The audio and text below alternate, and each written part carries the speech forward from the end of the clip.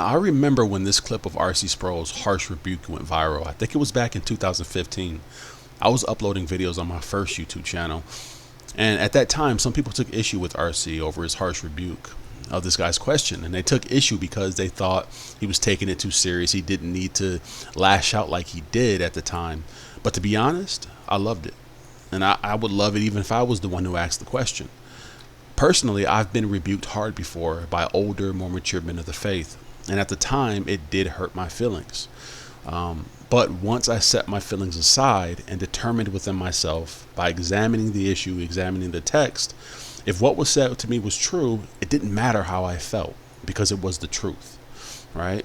Sometimes hard rebukes are needed, okay? And when it comes to being a man, okay, and I think part of the reason why we've gotten away from harsh rebukes, and because today's society, everyone wants everything to be said in a nice way, and people want you to coddle young people's feelings and emotions.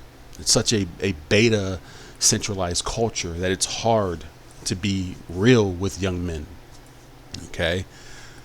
But I think this rebuke was awesome at the time, and it stands today.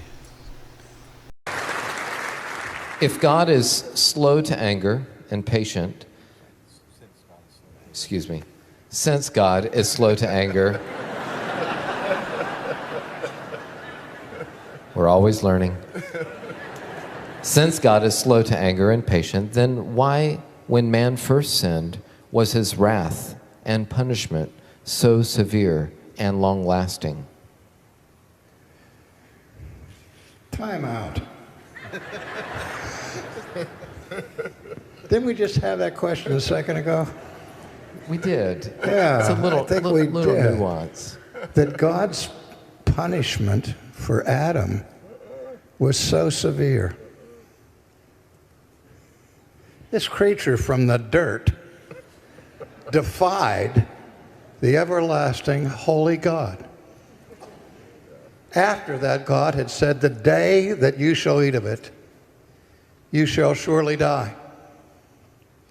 And instead of dying, Thanatos, that day, he lived another day and was clothed in his nakedness by pure grace and had the consequences of a curse applied for quite some time. But the worst curse would come upon the one who seduced him, whose head would be crushed by the seed of the woman. And the punishment was too severe? What's wrong with you people? I'm serious. I mean, this is what's wrong with the Christian church today. We don't know who God is, and we don't know who we are.